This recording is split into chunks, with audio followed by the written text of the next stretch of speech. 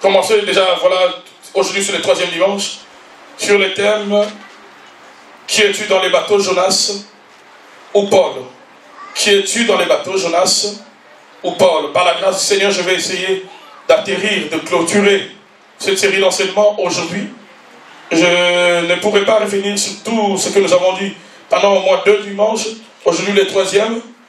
Je vais seulement essayer de souligner quelques points pour essayer de mettre dans le même diapason ce qui nous réjouit seulement aujourd'hui. Nous avons parlé de Paul et de Jonas. Nous avons dit que ce sont 2 personnes qui ont vécu dans des temps vraiment très séparés. Ils ne sont pas de la même génération et ils n'ont pas non plus de la même dispensation. Mais ce qui m'a intéressé et ce qui nous a conduit à étudier ces 2 personnages, c'est qu'à un certain moment de leur vie, ils se sont retrouvés dans les mêmes situations. Amen. Paul s'est retrouvé dans un bateau, également Jonas. Et pendant 2 dimanches, j'ai focalisé mon message sur le personnage de Jonas. Nous avons vu son rôle dans le bateau. Nous avons vu les traits de caractère qui le définit bien. Nous avons compris que Jonas était quelqu'un qui était rebelle à l'Éternel. Malgré qu'il était prophète, malgré qu'il écoutait la voix du Seigneur, mais c'était un rebelle, parce qu'il va refuser d'aller dans la direction voulue par le Seigneur, qui était d'aller à Ninive. Ninive qui était la ville de la Syrie. Et comme les Assyriens étaient les ennemis d'Israël, il a refusé d'aller apporter un message qui allait conduire ce peuple à la repentance. Et la repentance qui était synonyme du retrait et du châtiment que le Seigneur, n'est-ce pas, allait frapper ce peuple. Donc c'était un rebelle. Nous avons dit aussi que non seulement qu'il était un rebelle, mais il était aussi un rancunier, quelqu'un qui avait de la haine. Alléluia. Je dis ici qu'il est dangereux de monter dans le même bateau que des rebelles. Qu'il est dangereux de monter dans le même bateau que des rancuniers. Vous allez avoir beaucoup de problèmes. Alléluia. Il est dangereux de monter dans le même bateau que des personnes insouciantes. Des personnes qui se préoccupent de rien. Ils n'ont pas de soucis. Même quand la tempête souffle, eux dorment. Comme Jonas. Il est dangereux de prendre le bateau. Le même bateau que les personnes qui dissimulent leur vraie nature. Parce que nous avons dit que Jonas était un dissimulateur. Alléluia. Un dissimulateur. Nous avons dit également qu'il était caractérisé par un côté imprévisible. Autant il pouvait être bon, à un moment, autant il pouvait être mauvais. Excusez-moi. Autant il pouvait être mauvais, la minute qui allait suivre, il pouvait se révéler comme une bonne personne. Il est l'auteur du malheur, il va se cacher lorsque la tempête va commencer à souffler. Mais lorsqu'on va l'attraper, la mettre dans le sac, il va se révéler comme un sauveur. Jetez-moi dans l'eau et vous aurez la vie sauve. Imprévisible. Alléluia. Il est également caractérisé par la malédiction. Il était quelqu'un qui traînait avec lui la malédiction. Nous avons dit que Jonas était maudit. Et que les vies sont mises en danger. Tout simplement parce que nous faisons route avec des gens qui ont la malédiction. Alléluia. Et nous avons commencé à parler de Paul. Avant de rappeler quelques lignes sur Paul, lisons dans Actes 27. Actes des Apôtres 27.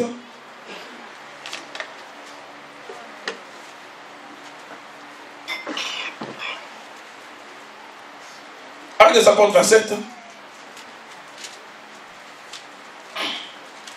Là, je vais sélectionner quelques versets.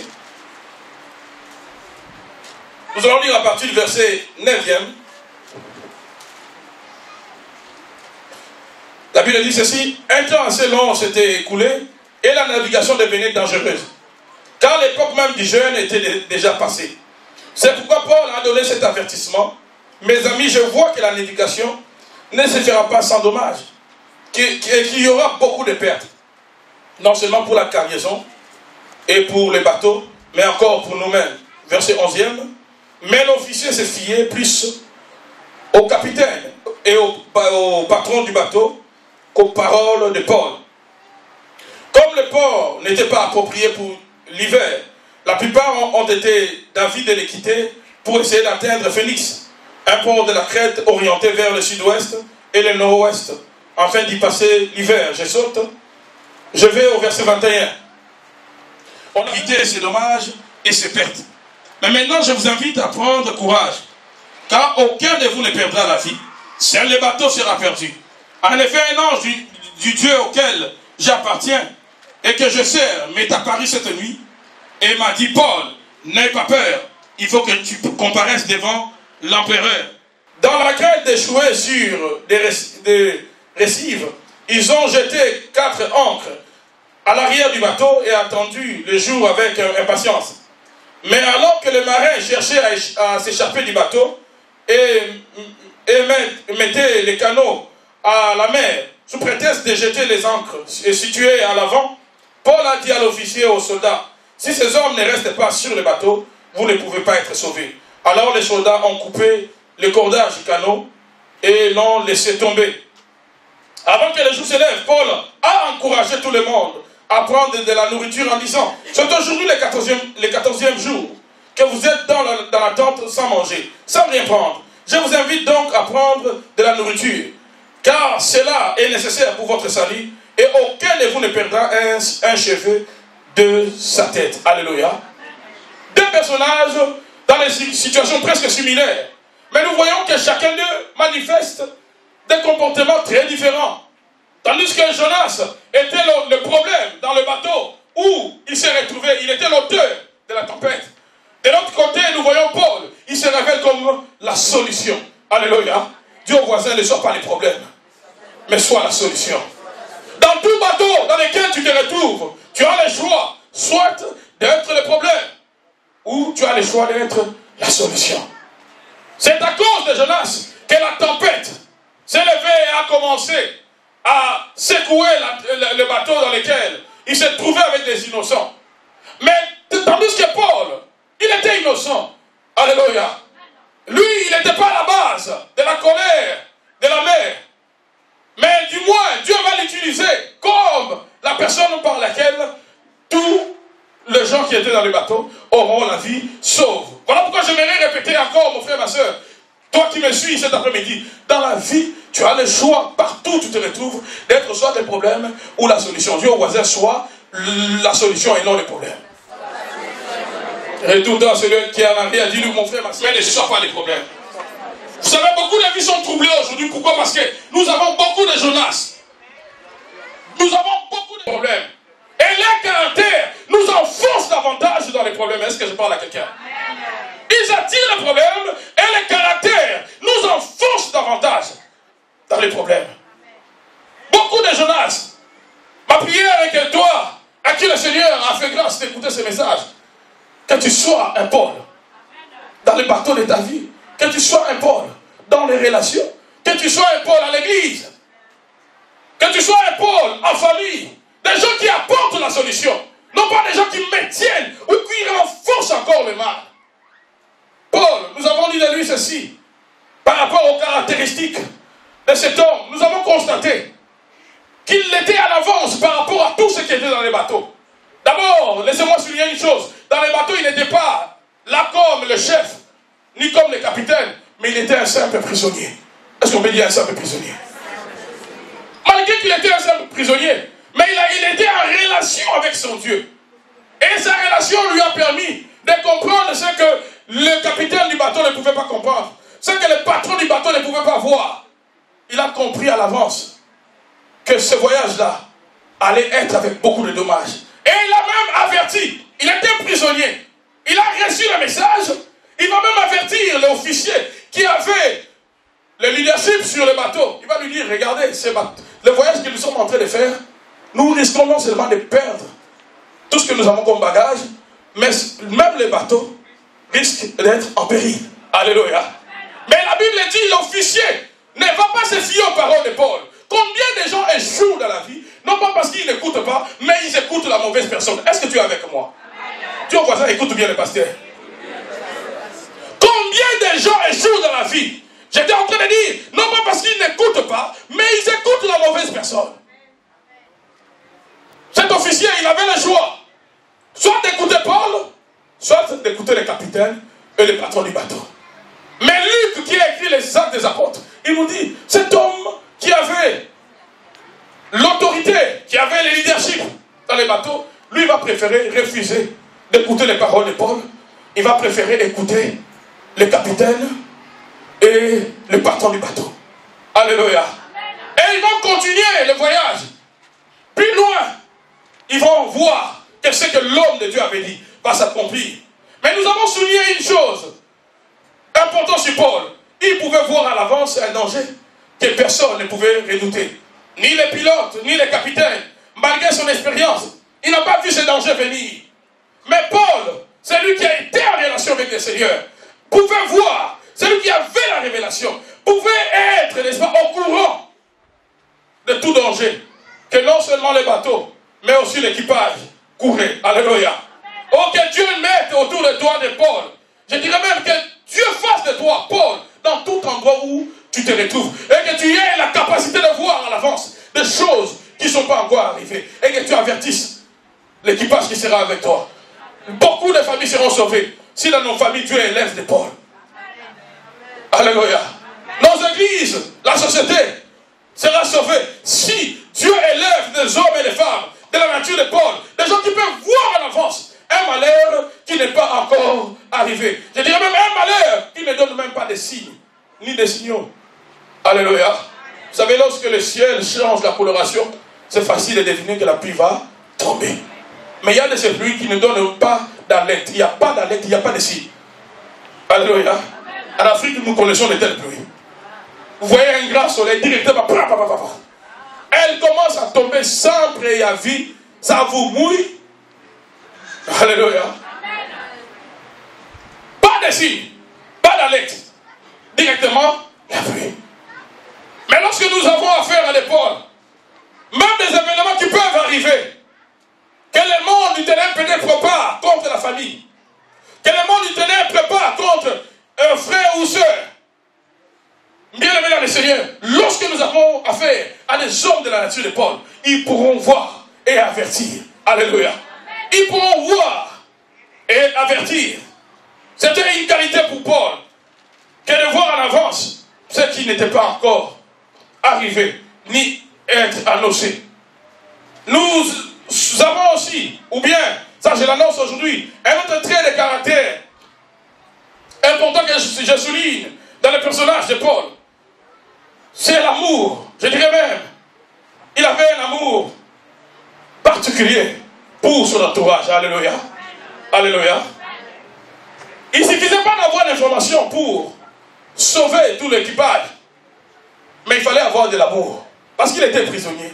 Il n'était pas obligé d'avertir ni le capitaine ni l'officier qui avait un danger. Est-ce que vous êtes avec moi? Jonas, il avait l'information, n'est-ce pas? Dieu lui a révélé que Ninive sera comment? Détruit. Il avait l'information qu'il y avait un danger pour tout un peuple. Est-ce que c'est pour autant qu'il est allé directement? Non. On peut avoir la révélation, on peut avoir, je dirais, la prophétie, mais si on n'a pas l'amour, on ne va pas non plus être une bénédiction pour son entourage. Dis au voisin, tu as besoin de l'amour plus que tout. Et tout à celui qui est en arrière. Alléluia. Alléluia. Si nous voulons être utiles pour les gens, nous devons aimer les gens. Si nous voulons être utiles pour notre prochain, nous devons aimer notre. Alléluia. Jonas était un grand prophète. Ayant un message de la part du Seigneur, Ninive sera détruit. Est-ce que c'est pour autant qu'il est allé directement donner le message? Non. Il fallait que Dieu le mette dans des moments, dans des conditions difficiles. Il se retrouve dans les ventres du poisson. Je ne sais pas comment il était assis, couché. Je ne sais pas, mais dans les ventres du poisson.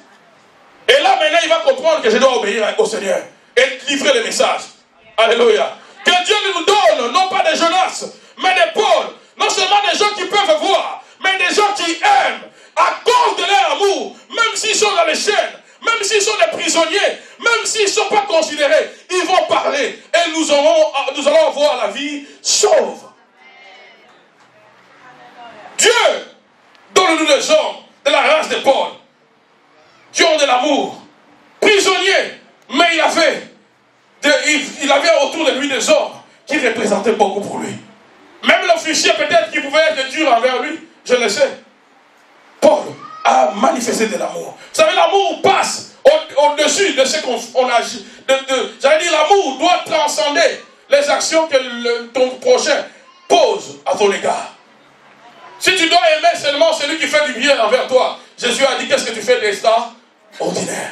Le vrai amour nous amène à aimer même les gens qui nous sont hostiles. Même aux gens qui nous manifestent aucun intérêt. Ou encore aux gens, j'allais dire, pour bien le dire, aux gens avec qui nous ne représentons rien. Mais le vrai amour doit justement aimer ce genre de personnes. Et ça, ce n'est pas un amour naturel. Ce n'est pas un sentiment, ce n'est pas une émotion. Mais c'est Dieu lui-même dans ton cœur qui peut t'amener à une telle dimension. Lève ta main tout avec moi. Seigneur Jésus, apprends-moi à aimer mon entourage. Comme un Paul, Seigneur, j'aimerais avoir ton amour dans mon cœur, dans le nom de Jésus.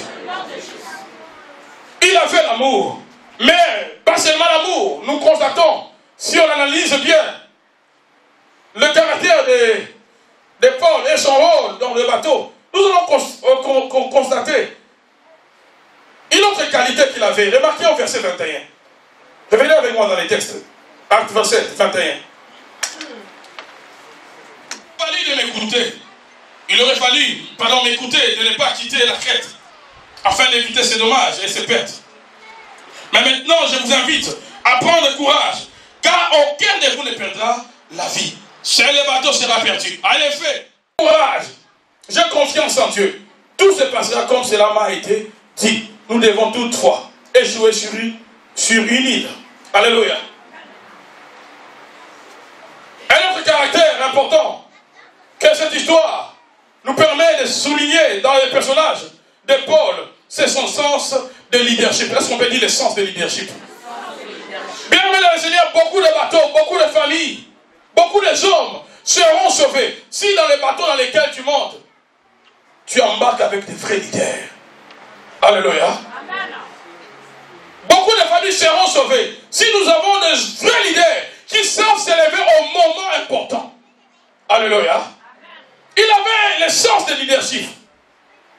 La Bible dit, alors Paul debout au milieu d'eux. Au milieu de qui? De tout le monde. Qui était-il dans le bateau? Il n'était ni le capitaine, il n'était ni l'officier, il n'était ni le chef, ni le patron du bateau. Il était un simple prisonnier. Est-ce que tu peux dire avec moi un simple prisonnier?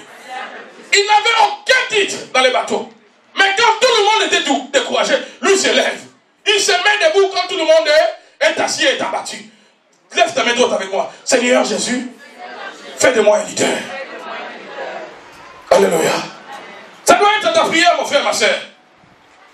Un vrai leader, pendant que les autres analysent la situation, lui, il a d'abord tout compris. Alléluia. Un vrai leader de vitesse, ceux qui sont autour de lui. Alors que les autres sont encore au point A, lui, il est déjà rendu au point Z. Alléluia. Alors que les autres sont en train de réfléchir, qu'est-ce que nous allons laisser à nos enfants? Là, il y a la tempête, nous allons mourir. Lui, il est en train de parler avec le ciel. Il reçoit l'information du ciel. Personne ne va mourir. Un vrai leader, pendant que les autres analysent la situation, lui, il a tout compris. Alléluia. Un grand leader prend l'initiative quand tout le monde est découragé. Répète avec moi. Un grand leader prend l'initiative quand tout le monde est découragé. Encore plus fort. Un grand leader prend l'initiative quand tout le monde est découragé.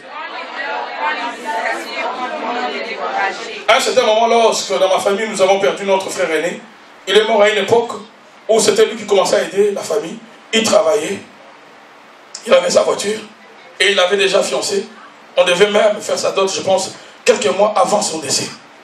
Et quand il est décédé, à cette époque-là, mon père avait perdu son travail. Après le pillage que mon père avait connu. Et c'était lui, en fait, la main qui commençait à soutenir la famille. On l'a perdu à une époque vraiment, vraiment où on avait besoin de lui. Mais je me rappelle, on est passé par des moments où, après la disparition de mon père, c'était difficile parce qu'on était une famille déjà chrétienne. Où les parents priaient, où toute la famille priait, où lui-même aussi priait. Alléluia. Et c'était difficile. De telle sorte que chaque membre de la famille se retirait soit en cachette dans une chambre, que ce soit les parents, pour pleurer.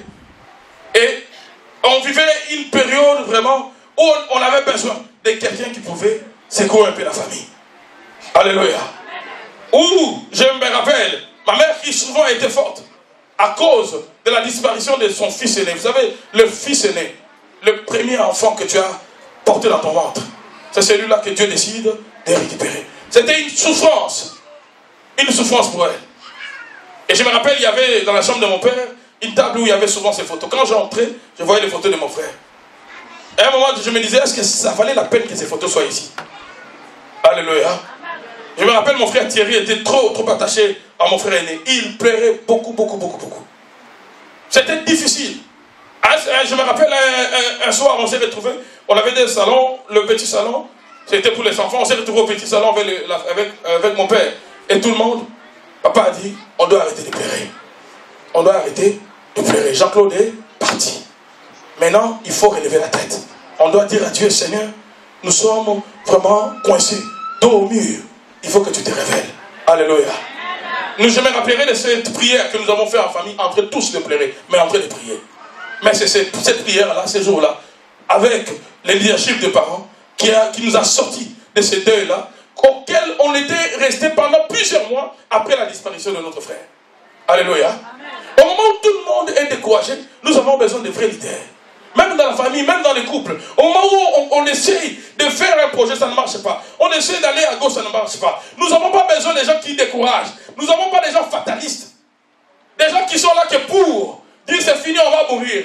Une telle tempête, moi avec mon expérience en géographie, en physique, je sais qu'une telle tempête ne peut pas épargner. Une telle tempête vraiment nous épargner. C'est fini. Dis au voisin, ne sois pas fataliste.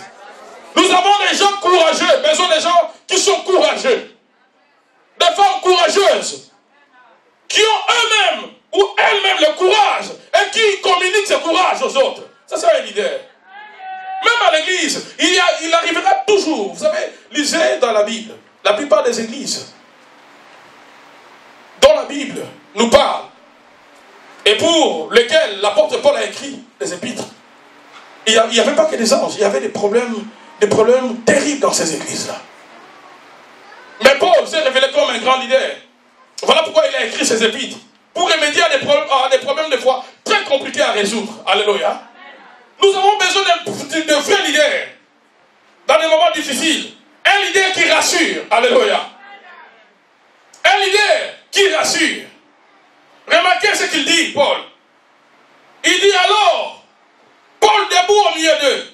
Il a dit, mes amis, il aurait fallu m'écouter et ne pas quitter la Crète, afin d'éviter ces dommages et ces pertes. Il commence d'abord par rappeler, écoutez, ce qui est arrivé, c'est parce que, premièrement, lorsque moi je vous ai averti, vous avez refusé de m'écouter.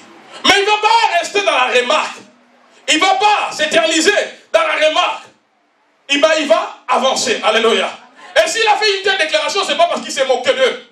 Ce n'est pas comme s'il disait, voilà, c'est à cause de votre entêtement qu'on est dans cette situation. Maintenant, vous allez payer les pots cassés. Non, on n'a pas besoin des gens qui nous enfoncent davantage lorsqu'on a commis une erreur. Dis au voisin, je n'ai pas besoin que tu m'enfonces quand j'ai commis une erreur. Nous, au lieu seulement de se limiter dans la correction, mais nous abattons déjà la personne qui est abattue. Alléluia. Un frère et une soeur a commis une erreur dans sa vie. Il a commis une erreur dans les choix. Il a commis une erreur. C'est fini. Même si comment on dit ça? Même si tu rappelles ce que tu lui avais dit, ça ne va rien changer. Rappelle-le une fois, maintenant montre-lui le chemin qu'elle doit suivre. Alléluia.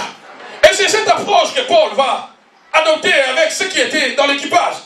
Il a dit, il aurait fallu m'écouter et ne pas quitter la Crète, afin d'éviter ces dommages et ces pertes. Mais maintenant, mais maintenant, nous avons besoin des gens qui nous corrigent, mais qui ne restent pas seulement dans la correction, mais qui ajoutent ce démon, mais maintenant. Alléluia. Des hommes et des femmes qui peuvent nous corriger, mais qui peuvent restaurer l'espérance, restaurer l'espoir, restaurer la foi, restaurer notre capacité à nous focaliser sur l'objectif. Des hommes et des femmes qui nous encouragent, qui peuvent nous dire, même si ça n'a pas marché hier à ton mariage, le projet peut marcher. Des forces, tu peux encore réussir ton objectif. Qui dit amen? On a besoin des frères et sœurs qui peuvent dire, mais maintenant. Il dit, à prendre. Alléluia. Un simple prisonnier. L'officier était là en train de recevoir les autres maintenant d'épaule. Alléluia. Le patron du bateau était là maintenant en train de l'écouter.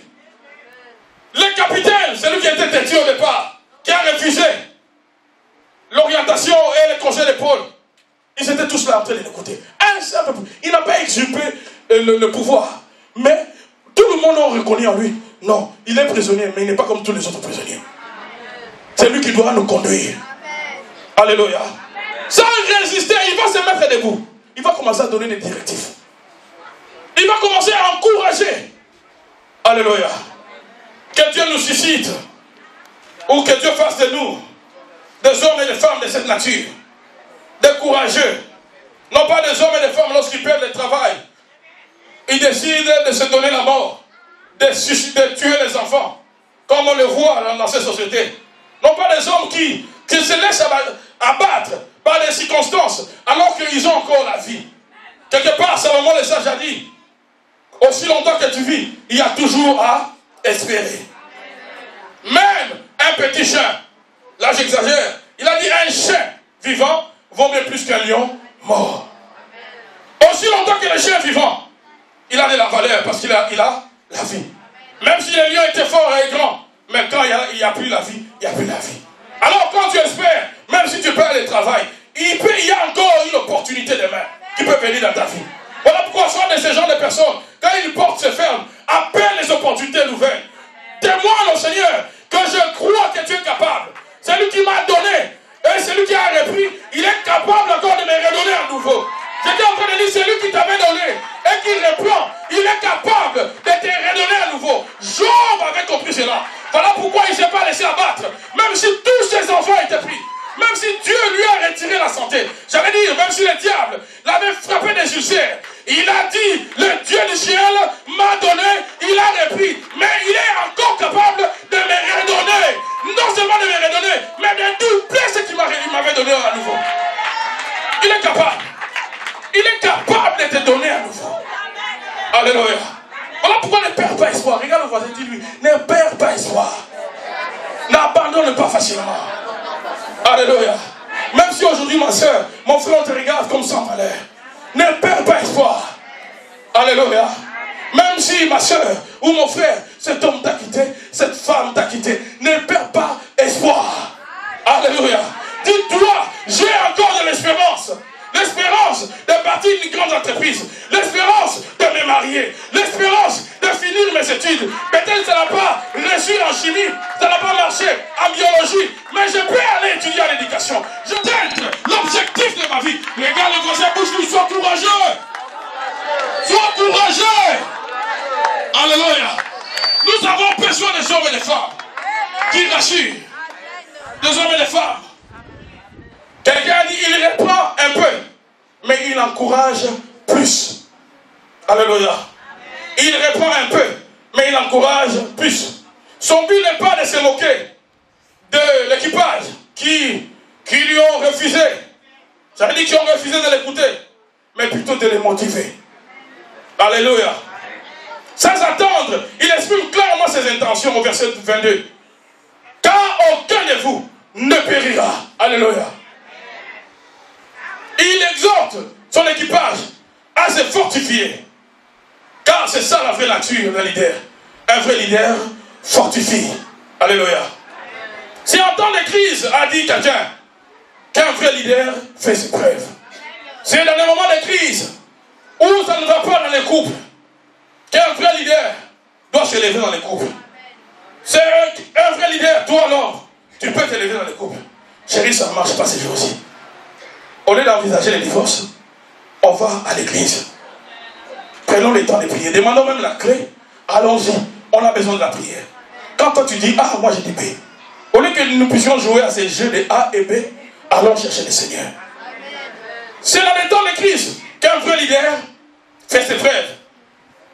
Et le vrai leader est celui qui réagit bien dans des conditions difficiles. Dis avec moi. Le vrai leader réagit bien dans des conditions difficiles. Également, il est celui qui peut résoudre les problèmes, supporter les fardeaux, trouver les solutions, remporter encourager. Il est là pour apporter la solution. Il est là pour canaliser. Vous avez remarqué, au verset 29e, toujours dans Acte 27, il y avait des gens qui étaient dans les bateaux, qui avaient l'idée de fuir. Alléluia. Un prisonnier s'il vous plaît. Il y avait des gens qui étaient dans les bateaux, qui étaient utiles. Je pense parmi les marins. Ils avaient l'intention d'accoster et de fuir, d'abandonner les bateaux.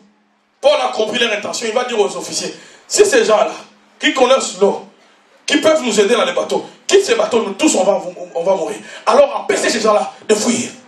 Un prisonnier, lui aussi, au lieu d'avoir l'intention de fuir, il était prisonnier. Dans quel intérêt il faisait tout ça? Il avait le cœur de Dieu. Le cœur qui aime. Alléluia. Son intention, c'était d'arriver à l'objectif sans qu'une seule personne ne puisse périr. Il va faire une déclaration, il va dire, aucun de vous ne va perdre un seul de ses cheveux. Il va dire quelque part que Dieu m'a dit par son ange, je t'ai livré, Paul, tous ceux qui sont dans les bateaux. Vous savez, il y a des gens, voilà pourquoi il faut savoir considérer et respecter les gens. Ils ne sont pas là dans la vie pour minimiser seulement les gens, ou pour souligner les erreurs des gens. Il y a certaines personnes dans la vie, ils sont comme non seulement des catalyseurs, mais ce sont des gens qui, à cause de leur présence auprès de toi, te permettront d'entrer dans ta destinée, te permettront d'avoir la vie sauve, te permettront de vivre peut-être 10 ans de plus. Tous ceux qui étaient dans les bateaux vont vivre à cause de Paul. Et Paul n'a pas eu honte de leur dire, si vous allez vivre ici, vous tous ici, et toi l'officier, et le capitaine, Dieu a dit, c'est à cause de moi. Dis au voisin ou à la voisine, ne me minimise pas. Le voisin dit, ne me minimise pas. Alléluia. Alléluia. À cause d'une personne, toute une famille peut être sauvée. À cause d'une personne, toute une nation peut être sauvée. Le monde a la possibilité du salut à cause de cette personne qui s'appelle Jésus-Christ. Dieu a toujours agi avec les principes des libérateurs. Il y a toujours quelqu'un que Dieu peut susciter pour te sortir de certaines situations dans lesquelles tu es resté pendant longtemps de ta vie. Dans lesquelles ces situations pour lesquelles tu as perdu 10 ans de ta vie. Mais une personne que tu peux connaître peut-être à 24 heures peut te faire sortir de toutes ces situations qui t'ont maintenu dans la médiocrité pendant 10 ans, 15 ans de ta vie. Alors une telle personne, il mérite ton respect. Dis au voisin, respecte-moi. Retourne vers celui qui est en arrière. Du respect. Grâce à des personnes peut-être négligeables, à des personnes qu'on a appelées des aventuriers. D'autres, c'est tout est calculé. Aucune considération pour des gens qui ont fait de toi ce que tu es devenu. Il y a des gens devant lesquels on ne peut même pas ouvrir la bouche. Alléluia. Je disais à mes frères dernièrement, regardez, nous autres là, on ne peut rien dire à notre Père. Nous tous ici, âgés, on est venus dans ce pays grâce à lui. Alléluia. Il a travaillé. On avait refusé que nous puissions mettre nos pieds ici parce qu'on était déjà avancés en âge. Le gouvernement avait dit c'est fini. Ils sont déjà âgés, ils doivent faire leur vie là-bas. On ne peut pas parler quelqu'un qui est déjà marié, ton enfant qui a des enfants. Ton enfant qui a des enfants, lui-même il est déjà père. L'avocat de mon père lui avait dit, tel cas, monsieur Elie, ça ne peut pas passer. Mon père est allé frapper dans des portes que lui ne pouvait pas frapper. Il est allé voir un certain député, je pense, à cette époque, la colère. Il était voir des gens. Il a frappé, mes enfants doivent venir ici. Alléluia. Pourquoi je dis à mes frères, quand papa parle, on n'a rien à dire. Rien du tout. On est faible. Dis aux voisins, il y a des gens face à qui tu dois être faible. Tu dis pas amen, hein? On est faible. S'il dit seulement, je manque ceci, va vite. Parce que nous-mêmes, et nos femmes, elles sont toutes ici, grâce à qui? Grâce à la même personne. On est faible. J'accepte cette faiblesse-là. Alléluia. Voilà pourquoi toi, jeune homme, jeune fille, tu es ici, tu es né ici, tu ne sais pas toute la souffrance, tous les combats que les parents ont endurés pour arriver dans un tel pays. Maintenant, quand on essaie de te parler, maintenant tu regardes les téléphones pour montrer à maman, tu continues 911. Tu allais peut-être vivre dans un pays où les 911 n'allaient même pas fonctionner. Tu n'allais même pas connaître les numéros de la police. Je ne sais pas si seulement ça existe sur d'autres cieux. Alléluia. Il y a des gens face à qui tu n'as rien à dire. Parce que tu lui dois tout. Ce que tu es, ce que tu as, c'est grâce à cette personne-là. Alléluia. Parce que ce sont les pôles que Dieu a suscités dans les bateaux dans lesquels tu t'es retrouvé. Ce sont les pôles que Dieu a suscités autour de toi. Aujourd'hui, pour certaines personnes dans cette ville, on peut aussi se frapper la poitrine, nous autres, oui. Il y en a qui sont venus dans cette église avec aucune intention, vivant dans les copinages. On les a dit, jeunes qu'on était aussi, regardez, régularisez votre mariage. Au lieu de vivre, de voler ce qui est à vous, pourquoi vous allez voler? Régularisez votre mariage. D'autres, quand ils se sont mariés, nous autres, on était devenus des diables avec des cornes. Vous savez, ici, il y a un travail où on n'est pas reconnaissant à l'égard de certaines personnes, c'est les services que nous faisons. Vous pouvez acclamer en disant ce que je suis en train de dire. Mais si je pose une action qui m'échappe, que toi tu ne comprends pas, je serai le plus pire que les diables. Je vous assure. Alléluia. Nous entrons dans certains combats. Des fois, tu rentres chez toi à la maison, tu n'as même pas l'appétit. Tu te dis, Seigneur, tel problème dans la vie de ces frères-là, donne la solution. Tel problème dans la vie de cette sœur-là, donne la solution. Je prie. Dès que tu as ce que tu voulais avoir, directement tu commences à voir les erreurs. Lui, il parle beaucoup. Il est dur. Tu oublies que c'est la même dureté-là qui a fait que tu puisses aujourd'hui commencer à craindre le Seigneur. C'est parce que j'ai insisté sur le péché, comme ton mari, fidèle à ta femme. Il fallait que quelqu'un le dise. Alléluia. Dieu au voisin considère les pasteurs. Ils sont une bénédiction pour nous. S'ils sont réellement une bénédiction pour toi, acclame le Seigneur. Que Dieu vous bénisse. Nous sommes à la fin de notre message. Je vais prier avec toi. Et tu prends toute la série. Écoute cela. Si peut-être ton mari, ta femme n'est pas là, écoute cette série d'enseignements. Nous avons besoin de Paul dans les bateaux dans lesquels nous montons. Nous avons besoin, non pas des Jonas, des gens qui peuvent entendre le Seigneur, mais qui sont égocentriques. Des gens qui peuvent recevoir la parole ou la révélation de la part du Seigneur, mais qui ont de la rancune. Des gens imprévisibles. Nous avons besoin des hommes constants. Des gens qui aiment. Nous avons besoin de vrais leaders. Tu peux devenir ce vrai leader. Je vais nous inviter à nous mettre debout, s'il vous plaît. Frère Eric. Mettons-nous debout, s'il vous plaît. Jonas, c'était l'égocentrisme, l'égoïsme. Alléluia. Mais j'aimerais que tu puisses demander à Dieu une qualité. Parmi les qualités que nous avons énumérées ici, demandons d'abord l'amour. Tu dois continuer à aimer cette femme. Devant qui et devant les hommes, tu as juré d'aimer jusqu'à la fin de tes jours. Mais aujourd'hui, peut-être, les situations, les circonstances de la vie ont refroidi votre relation. Peut-être il y a plus cet amour, il n'y a plus cette confiance. Tu peux dire, Seigneur, donne-moi encore ce courage de Paul, de pouvoir aimer. D'aimer les gens peut-être qui me sont hostiles, de considérer les gens peut-être qui ne me considèrent pas. J'aimerais avoir une influence positive autour de moi. Dans les bateaux de mon mariage, j'aimerais être ce Paul. À l'église, au travail, j'aimerais être Paul. J'aimerais être ce leader qui se lève dans les moments où tout le monde sont découragés. Non pas pour abattre davantage. J'aimerais être de ceux qui relèvent. J'aimerais être de ceux qui fortifient. J'aimerais être un Paul qui fait du bien aux autres. Et qui ne voit pas d'abord son intérêt, mais ceux des autres. Seigneur, donne-moi le cœur de Paul. Change ma nature, élève tes deux mains. Demande au Seigneur de changer ta nature. Qui te donne la bonne et la vraie nature de Paul. Donne-moi un cœur.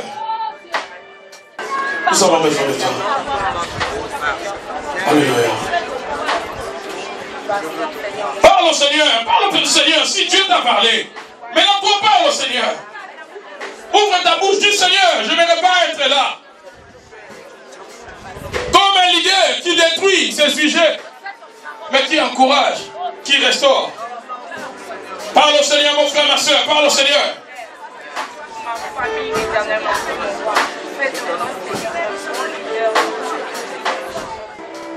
J'aimerais te demander une chose. Donne-moi le cœur de Paul. Donne-moi le cœur de Paul. La nature de Paul. La nature de Paul. Dans tout bateau. Dans tout bateau. Dans lequel je vais me retrouver. Dans lequel je vais me retrouver. Quand la tempête va souffler. Quand la tempête va souffler. Donne-moi d'être courageux. Donne-moi d'être courageux. Et d'encourager ceux qui sont autour de moi. D'encourager ceux qui sont autour de moi. Donne-moi d'être positif. Donne-moi d'être positif. Et de communiquer cette pensée aux gens qui sont autour de moi. Et de communiquer cette pensée aux gens qui sont autour de moi. Donne-moi l'amour, Seigneur. Donne-moi l'amour, Seigneur. La constance. La constance. Dans le bien. Dans le bien. La constance. La constance. Dans les valeurs. Dans les valeurs. La constance. La constance. Dans le nom de Jésus. Dans le nom de Jésus. Restaure l'amour dans mon cœur. Restaure l'amour dans mon cœur. Apprends-moi à transcender Apprends-moi à transcender les regards de mon entourage, les regards de mon entourage, les préjugés de mon entourage, les préjugés de mon entourage, à aimer à aimer et à ne donner que l'amour. et à ne donner que l'amour. Dans le nom de Jésus. Dans le nom de Jésus. Dans le nom de Jésus. Dans le nom de Jésus. Restaure ma vie, Seigneur. Restaure ma vie, Seigneur. Restaure mon mariage. Restaure mon mariage. Au nom de Jésus. Au nom de Jésus. Au nom de Jésus. Au nom de Jésus. Restaure ma conduite. Restaure ma conduite. Taille ma conduite. Taille ma conduite. Dans le nom de Jésus. Dans le nom de Jésus. Dans le nom de Jésus. Dans le nom de Jésus. Dans le nom de Jésus. Dans le nom de Jésus. Dans le nom de Jésus. Dans le nom de Jésus. Dans le nom de Jésus. Dans le nom de Jésus. Dans le nom de Jésus. Change mon cœur, Seigneur. Change mon cœur, Seigneur. Fais-moi du bien. Fais-moi du bien. Bénis l'œuvre de mes mains. Bénis l'œuvre de mes mains.